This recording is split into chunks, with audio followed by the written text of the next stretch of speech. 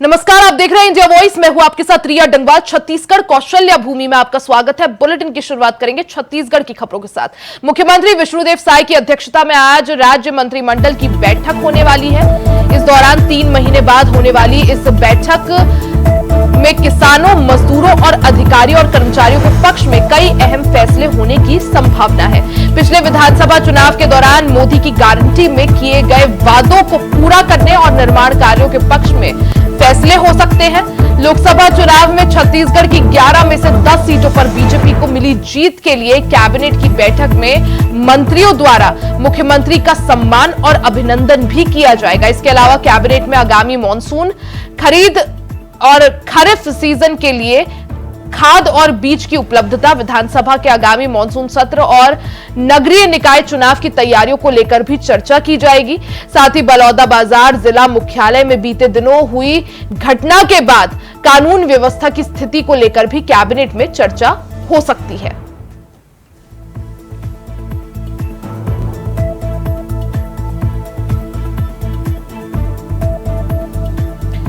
ज्यादा जानकारी के लिए सीधे रुख करेंगे संवाददाता मनोज शुक्ला का। मनोज, जिस तरह से चुनाव के बाद ये पहली कैबिनेट बैठक होनी है, कई सारे प्रस्ताव इस बैठक में रखे जाएंगे। मुख्यमंत्री विष्णुदेव साय इस बैठक की अध्यक्षता करेंगे। कई सारे प्रस्तावों पर मुहर लग सकती है। क्या माना जाए मनोज, क्या कुछ प्रस्ताव आज रखे जा सकते हैं? जी आपको बता दूं रिया कि लोकसभा चुनाव और आचार संहिता के बाद ये छत्तीसगढ़ में पहली कैबिनेट बैठक है। ये बहुत ही महत्वपूर्ण बैठक इसको लेकर होनी है। और आपको ये भी महत्वपूर्ण जानकारी दे दें कि अगले महीने में मानसून सत्र का, बजट सत्र का भी समय आ गया है, तो जिसको लेकर इस जो ये जो कैबिनेट की बैठक हो रही है, इसमें जो है एक तो सिंचाई का समय है, किसानों को लेकर, मजदूरों के विभाग के अनुसार वेतन संगति का कुछ मैटर है, कर्मचारियों के लिए भी वेतन को लेकर, तो ये सब मिला के ये कहा जा सकता है कि ये बहुत ही विशेष कैबिनेट की बैठक आज होनी है। और साथ ही साथ इसमें बलौदाबाजार की जो घटना घटी है, बड़ी घटना है, उसको लेकर भी, उस कानून व्यवस्था को लेकर भी चर्चा होनी है इस बैठक में, ऐसा संभावित माना जाता है। और साथ ही साथ ये भी बता दें कि जो सांसद जीते हैं, चुनाव जीत कर आए हैं, उनके सम्मान की भी शायद इस बैठक में जो उनको सम्मानित भी किया जाएगा। तो इस तरह की कुछ ये सूत्रों के हवाले से खबर अभी तक की मिली है और आज ये बैठक दोपहर बाद होनी है। जी बिल्कुल, यानी कई सारे प्रस्तावों पर इस दौरान मुहर लग सकती है। जनता को इस बैठक का बेसब्री से इंतजार। हालांकि मनोज, जिस दौरान छत्तीसगढ़ में विधानसभा चुनाव के दौरान पीएम मोदी ने कई सारे वादे किए थे, मोदी की कई सारी गारंटियां दी गई थी, क्या माना जाए? क्योंकि उनमें से अधिकतर वादे जो है वो विष्णुदेव साय सरकार ने पूरे कर दिए हैं। कुछ जो बचे हुए वादे हैं उनको अब पूरा करने की कवायद, क्या उसको लेकर भी इस बैठक में चर्चा हो सकती है? जी बिल्कुल रिया आपको बता दें कि मोदी की महत्वाकांक्षी जन कल्याणकारी योजनाओं के क्रियान्वयन पे भी आज इस बैठक में महत्वपूर्ण फैसले भी हो सकते हैं। मोदी की कई गारंटी को विष्णुदेव साय सरकार ने 6 महीने के अपने सरकार के अंतराल में पूर्ण किए है। और प्रधानमंत्री आवास योजना को भी लेकर कुछ मकानों की उनको बढ़ोतरी भी हुई, जैसे 1,35,00,000 मकान शायद यहाँ पर आवंटित होने वाले हैं। उसके संदर्भ में भी विस्तार से आज इस बैठक में सब मिला के ये कहा जा सकता है कि छत्तीसगढ़ में जो आज कैबिनेट की बैठक है वो बहुत ही अहम बैठक मानी जा सकती है। कई और सिंचाई का समय आ गया, किसानों के लिए भी बीज खरीदी, खाद के लिए, तो इन तमाम बातों को लेकर आज इस बैठक में चर्चा होनी है जो बहुत ही महत्वपूर्ण मानी जा सकती है। जी बिल्कुल मनोज, जिस तरह से आपने कहा दोपहर बाद ये बैठक होगी, क्या माना जाए? मुख्यमंत्री विष्णुदेव साय तो बैठक की अध्यक्षता करेंगे ही, मौजूद रहेंगे। बाकी जो अन्य जो कैबिनेट मंत्री हैं वो भी क्या इसमें मौजूद रहेंगे? साथ ही ये भी जानना चाहेंगे, जिस तरह से आपने कहा कि कई सारे अहम मुद्दों पर इसमें चर्चा होगी किसानों को देखते हुए, क्योंकि खरीफ का सीजन आने वाला है, मॉनसून आने वाले हैं। साथ ही जो बलौदाबाजार हिंसा है उसको लेकर भी चर्चा की जाएगी। जी बिल्कुल रिया, आपको बता दूं रिया कि अभी मैं मंत्रालय के पास ही मौजूद था, तो वहाँ पर तमाम तैयारियां इस बैठक को लेकर चल रही है। प्रशासनिक अमला वहाँ पर उपलब्ध हो चुका है, सारे वरिष्ठ अधिकारी प्रदेश के वो उपलब्ध हो चुके हैं अभी से ही। और इस बैठक में जो आपको बता दूं कि सारे मंत्रियों की उपस्थिति अनिवार्य है इस बैठक में। तो ऐसा माना जा रहा है यह बैठक बहुत ही महत्वपूर्ण है। जो ये लोकसभा चुनाव के बाद पहली बार ये बैठक हो रही है। आचार संहिता था लगातार जिसकी वजह से कैबिनेट की बैठक नहीं हो पाई थी, तो जिससे कई कार्य प्रभावित हो रहे थे, कई योजनाओं का क्रियान्वयन नहीं हो पा रहा था। तो इस बैठक के बाद इन सब चीजों पर ये सहमति बन जाएगी, जिससे जो है सरकार की जो महत्वाकांक्षी योजनाएं हैं उसका लाभ जो है लाभार्थियों को मिलना शुरू हो जाएगा। तो इस लिहाज से ये माना जा सकता है कि आज की ये कैबिनेट बैठक बहुत ही महत्वपूर्ण है। बिल्कुल, यानी लोकसभा चुनाव के बाद ये विष्णुदेव साय मंत्रिमंडल की पहली बैठक होने वाली है। ऐसे में कई सारे प्रस्ताव, चाहे किसान से जुड़े हो, चाहे बलौदाबाजार हिंसा को देखते हुए हो, कई सारे प्रस्ताव आज रखे जाएंगे। अब किन प्रस्तावों पर और कितने प्रस्तावों पर मुहर लगती है उस पर सभी की निगाह है। मनोज, आप बने रहिएगा, आगे भी आपसे जानकारी हासिल करेंगे।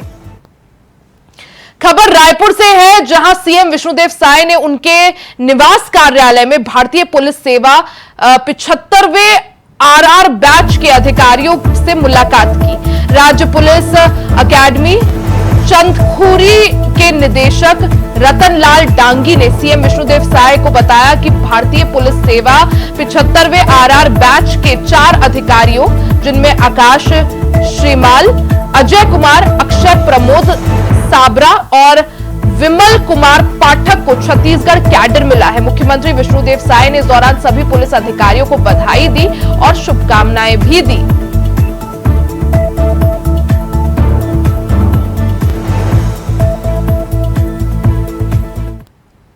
खबर जशपुर से है, जहां सीएम विष्णुदेव साय का जुदा अंदाज देखने को मिला। मॉनसून की आहट के बीच मुख्यमंत्री विष्णुदेव साय ने अपने खेतों में बुआई का काम शुरू कर दिया है। मुख्यमंत्री खुद अपने खेतों में धान की बुआई करने पहुंचे। इस दौरान मुख्यमंत्री विष्णुदेव साय ने बुआई से पहले पूजा पाठ भी किया। इष्ट देवता की पूजा अर्चना के बाद उन्होंने खेती की शुरुआत की। आपको बता दें कि हर साल सीएम विष्णुदेव साय पूजा अर्चना के बाद खेती की शुरुआत करते हैं।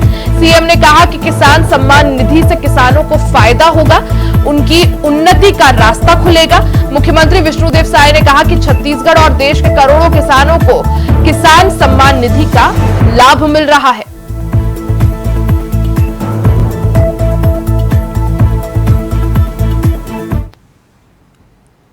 खबर रायपुर से है, जहां केंद्रीय जल शक्ति राज्य मंत्री राजभूषण चौधरी ने मुख्यमंत्री विष्णुदेव साय से मुलाकात की। इस मौके पर उप मुख्यमंत्री विजय शर्मा भी मौजूद रहे। मुख्यमंत्री विष्णुदेव साय ने चौधरी को शॉल और श्रीफल और स्मृति चिन्ह देकर सम्मानित किया। सीएम विष्णुदेव साय ने राज्य मंत्री से जल जीवन मिशन के तहत कराए जा रहे कार्यों के संबंध में चर्चा की। मुख्यमंत्री ने बताया कि 50 लाख घरों में नल कनेक्शन के तहत अब तक 39 से ज्यादा घरों में कनेक्शन दिया जा चुका है।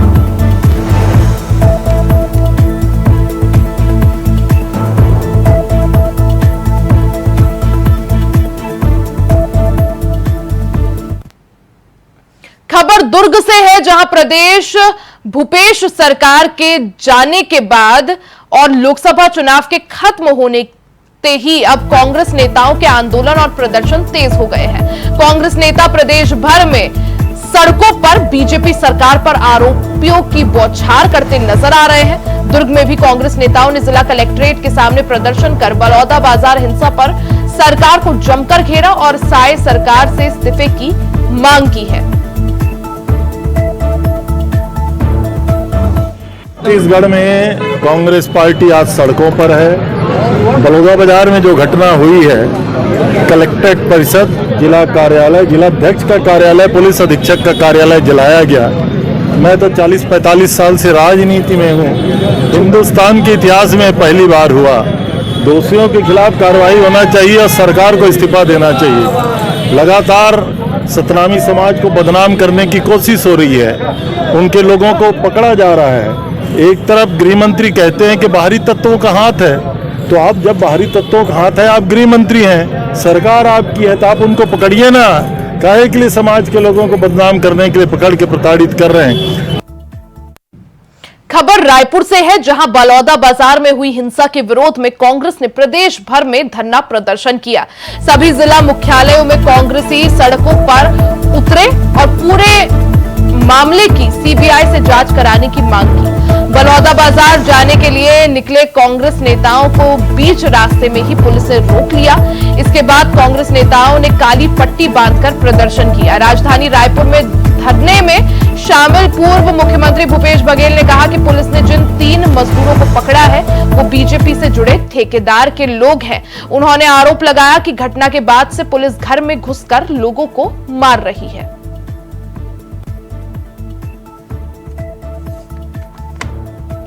ज्यादा जानकारी के लिए सीधे रुख कर लेते हैं मनोज शुक्ला का। मनोज, जिस तरह से 10 जून को बलौदा बाजार में हुई हिंसा के बाद से सियासत छत्तीसगढ़ की पूरी तरह से गरमाई हुई है।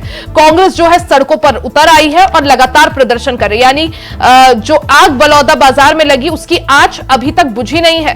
मनोज जी रिया आपको बता दें कि बलौदा बाजार की जो हिंसा घटना हुई है वो बहुत ही छत्तीसगढ़ के इतिहास को कलंकित करने की घटना हो गई है।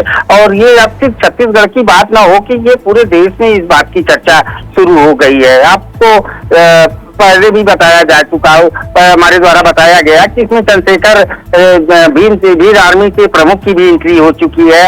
और छत्तीसगढ़ के जेसीसी कांग्रेस जनता जोगी कांग्रेस बोला जाता है, अमित जोगी की पार्टी है, वो भी इसमें दखल अंदाजी कर दी है। तो कहीं न कहीं अब बलौदा बाजार हिंसा पूरी तरह से एक राजनीतिक रूप ले लिया है। तो ऐसे में कल कांग्रेस पार्टी का पूरे प्रदेश में धरना प्रदर्शन पूरे जिले में था और बलौदा बाजार भी जाने की कोशिश कांग्रेस पार्टी के वरिष्ठ नेताओं द्वारा किया गया, जो बीच में पुलिस ने रोक दिया था। तो उन लोगों ने काली पट्टी बांधकर अपना विरोध प्रदर्शन दर्ज किया।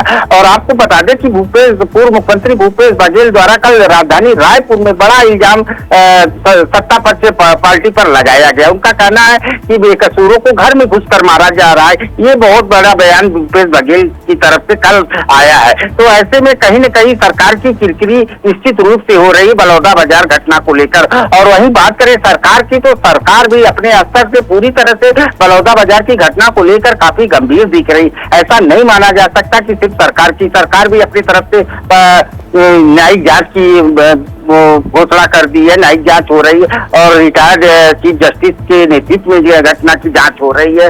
और पार्टी का बीजेपी पार्टी द्वारा समिति गठित की गई है जो जाके बलौदा बाजार गई और जहाँ पे ये सतनामी समाज के गुरु जी का गिरोधपुरी धाम है, जो वहाँ अमर गुफा जाकर वहाँ पर जांच पड़ताल की, लोगों से बातचीत की। तो ऐसे में कहीं न कहीं अब ये सिर्फ बलौदा बाजार की घटना एक राजनीतिक घटना बनकर रह गई है। जी बिल्कुल, यानी इस पूरे मामले पर अब राजनीति जो है वो शुरू हो गई है, राजनीतिक रंग इस मामले को दे दिया गया है। कांग्रेस बढ़ चढ़कर इस मामले को उठा रही है मनोज, लेकिन कांग्रेस जिस तरह से गंभीर आरोप भारतीय जनता पार्टी या विष्णुदेव साय सरकार पर लगा रही है कि जो बेकसूर है, जो निर्दोष है, उन पर गलत तरह से कार्रवाई हो रही है, उनको गलत तरह से उनके खिलाफ कदम उठाए जा रहे हैं। और यही चीज चंद्रशेखर आजाद ने भी दोहराई थी, उन्होंने भी इस चीज का विरोध किया था, इस पर आवाज उठाई थी। तो इन दावों में कितना दम, और यहां पर विष्णुदेव साय सरकार की तरफ से क्या स्पष्टीकरण सामने आया है? जी रिया देखिए रिया कि यहाँ पर अब वही बात आ गई सामने कि अब ये राजनीतिक मुद्दा बन चुका है बलौदा बाजार की घटना। ऐसे में जब कांग्रेस पार्टी की तरफ से भी जांच समिति गठित की गई, बीजेपी की तरफ से भी जांच समिति गठित की गई, पुलिस की कई टीमें इस पर छानबीन कर रही है, पुलिस के आला अधिकारी जो है इस पर बलौदा बाजार की जनता से मिलकर उन लोगों से बातचीत कर रहे हैं। इसमें आप लोगों के पास कोई जानकारी हो तो आप लोग साझा करिए, जिससे आप लोगों का नाम गुप्त रखा जाएगा। तो ऐसे इस सब मिला के ये माना जा सकता है कि अब बलौदा बाजार की घटना को सिर्फ राजनीति के रूप दिया जा रहा है। और जिस तरह से सरकार भी गंभीर है अपनी तरफ से, ऐसा नहीं है कि सरकार कोई कार्रवाई नहीं कर रही, सरकार लगातार चाहती है कि बलौदा बाजार की घटना। मनोज, सवाल ये भी कि जो कदम बाद में उठाए गए, जिस तरह से सस्पेंशन किया गया क्षेत्र के पुलिस अधिकारियों का, वो कदम पहले क्यों नहीं उठाए गए? क्योंकि सवाल ये भी कि जिस तरह से प्रदर्शन वहां पर हो रहा था, प्रदर्शन उग्र हो सकता है, इसको लेकर इनपुट थे प्रशासन के पास। तो जो सवाल यहां पर कांग्रेस या विपक्ष उठा रहा है उस पर अब की बार देखा जाए तो प्रशासन का क्या कुछ कहना है? जी जी जी जी रिया, इस बात को यहाँ के छत्तीसगढ़ के गृह मंत्री विजय शर्मा जी भी माने कि कहीं न कहीं प्रशासन से लापरवाही हुई है, जिसका खामियाजा कलेक्टर और एसपी को भुगतना पड़ा है। उनको जो है पहले उनका ट्रांसफर किया गया, जब जांच पड़ताल में कुछ बातें सामने निकल कर आई तो उनको निलंबित भी कर दिया गया। तो ऐसे में प्रशासन की भी यहाँ पर संवेदनशीलता देखने को मिलती है और लगातार प्रशासन भी नजर बनाए हुए है और घटना को लेकर जांच समितियां जो और अब यहाँ इससे ये बात सामने निकल कर आ रही है, अब ये जांच का विषय बन गया है। अब जहाँ पर न्यायिक जांच चल रही है और रिटायर्ड हाई कोर्ट के chief justice retired chief justice से जांच कराई जा रही है, तो ऐसे में हम लोगों को बोलना कुछ उचित साबित नहीं होता। और जैसे जो राजनीतिक न हो बलो, और हम लोग यही चाहते हैं कि बलौदा बाजार की घटना जैसे भी हो वहाँ पर शांति अमल चैन कायम हो सके। जी मनोज, लेकिन जिस तरह से बलौदा बाजार में हिंसा हुई 10 जून को, ये पूरा मामला सामने आता है, कई गाड़ियों को यहाँ पर आग लगाई जाती है, उसके बाद प्रदर्शन का हक हर किसी को। अगर कांग्रेस यहाँ पर बलौदा बाजार पहुंचकर कांग्रेस के जो नेता है वो प्रदर्शन करना चाह रहे थे, तो आखिर प्रशासन की तरफ से रोका क्यों गया? जी जी, अरे आपको बता दें कि प्रशासन अब नहीं चाहता कि उस तरह की घटना फिर से दोबारा बलौदा बाजार में उत्पन्न हो सके, इसलिए प्रशासन किसी भी तरह की जो है ये हस्तक्षेप किसी भी पार्टी के द्वारा नहीं करने देना चाहती, जिसको लेकर भारी सुरक्षा बल बलौदा बाजार में अभी तैनात है और धारा 144 जो है बढ़ा दी गई है 25 तारीख तक। तो ऐसे में कहीं न कहीं सरकार की तरफ से बलौदा बाजार की घटना को लेकर अब संवेदनशीलता दिखती है कि दोबारा ऐसी घटना की इस तरह के मामले सामने ना आए, ऐसा हिंसक प्रदर्शन देखने को ना मिले, उसको देखते हुए विष्णुदेव साय सरकार जो है पूरी तरह से सख्त नजर आ रही है। वहीं इस दौरान इस पूरे मामले को राजनीतिक रंग भी देने की कोशिश की जा रही है। कांग्रेस यहां पर बीजेपी सरकार पर गंभीर आरोप लगा रही है। मनोज, आप नजर बनाए रखें, बहुत बहुत शुक्रिया जानकारी के लिए। खबर रायपुर से है, जहां पंचायत मंत्री ने विभागीय समीक्षा बैठक के दौरान उप मुख्यमंत्री और पंचायत मंत्री विजय शर्मा ने कहा कि प्रदेश के सभी ग्राम पंचायतों में महतारी सदन का निर्माण किया जाएगा। साथ ही उन्होंने कहा कि ग्रामीणों की समस्याओं से निपटारे के लिए प्रत्येक 15 दिन के भीतर एक बार ग्रामीण सचिवालय का आयोजन किया जाना चाहिए। साथ ही निर्देश देते हुए कहा कि पीएम आवास योजना के काम में तेजी लाई जाए, साथ ही उसे समय सीमा में पूरा किया जाए।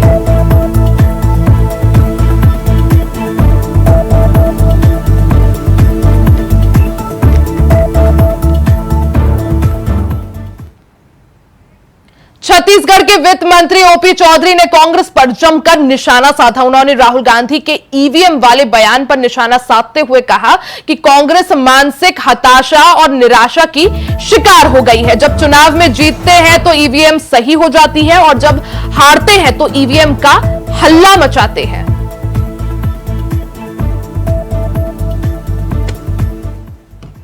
कांग्रेस मानसिक हताशा, निराशा और इस त्रासदी का शिकार होकर चल रही है। इस मानसिक हताशा में अनर्गल बोल कांग्रेस के नेताओं के द्वारा किए जा रहे हैं। नाच न जाने आंगन टेढ़ा, जब ये जीतते हैं तो ईवीएम सही हो जाता है और जब हार होती है तो ईवीएम करके चिल्लाने लगते हैं।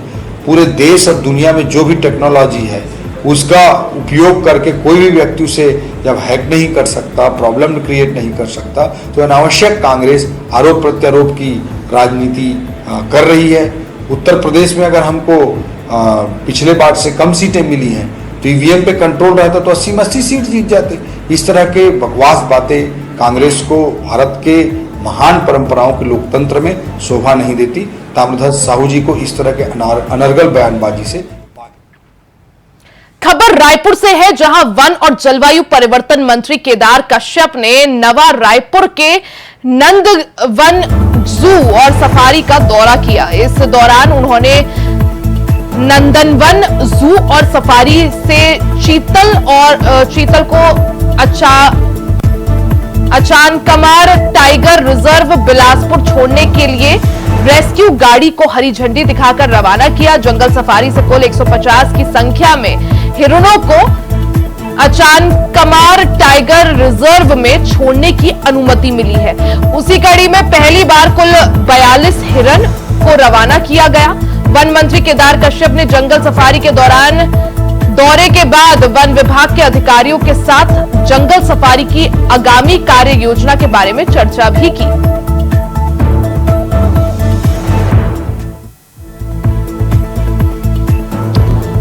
तो वन मंत्री केदार कश्यप ने यहां पर जू का एक दौरा करा। रायपुर की एक खबर है जहां उन्होंने मंत्रियों अधिकारियों के साथ बैठक भी की, कार्य योजना के बारे में भी चर्चा की।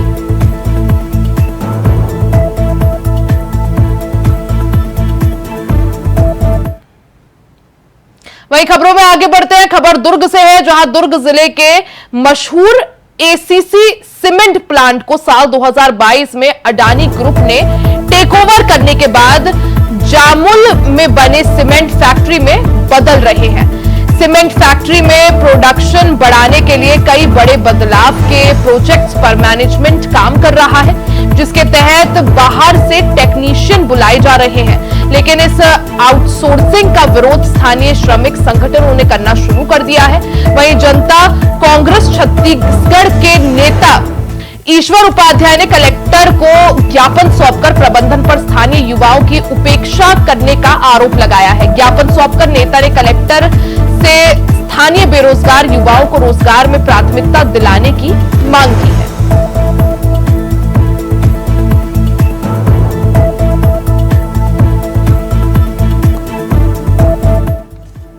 एकत्रित हुए दुर्ग कलेक्ट्रेट में जामुल में एसीसी सीमेंट प्लांट स्थापित है वर्षों से, जहां प्रबंधन उच्च पदों को तो छोड़िए अब मजदूरी के काम में भी स्थानीयों को उपेक्षा करते जा रहे हैं। बाहर से ठेकेदार आ रहे हैं प्लांट के अंदर, अपने साथ कर्मचारी लेकर आ रहे हैं। तो यहाँ रहने वाले जो स्थानीय लोग हैं, क्या वो मजदूरी के लायक भी नहीं बचे हैं? धूल दस्त हम कहें, पानी की लड़ाई हम लड़े, हमारे हिस्से का पानी आप पिए, सब चीज़ हम अपना आपको समर्पित कर दें और उसके बाद रोजगार के लिए भी हमारे लोग तरसते रहें। तो इसी सब मांग को लेकर हम लोग यहाँ आए थे कि स्थानीय जनों को आप प्राथमिकता से वहाँ पर रोजगार उपलब्ध कराएं 100%, अन्यथा हम उग्र आंदोलन करेंगे। खबर कांकेर से है जहां रोजाना चारामा क्षेत्र के कई घाटों में अवैध तरीके से रेत की तस्करी की जा रही है और शिकायत के बाद भी कार्रवाई नहीं होने से ग्रामीणों में आक्रोश देखने को मिल रहा है।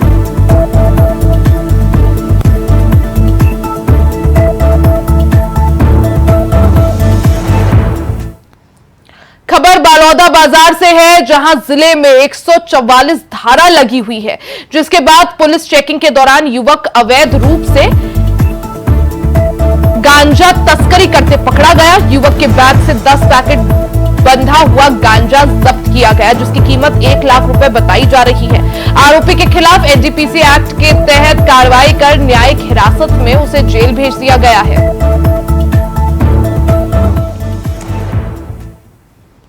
इसी के साथ इस बुलेटिन में फिलहाल के लिए सिर्फ इतना ही। खबरों का सिलसिला जारी रहेगा, बने रहे हमारे साथ।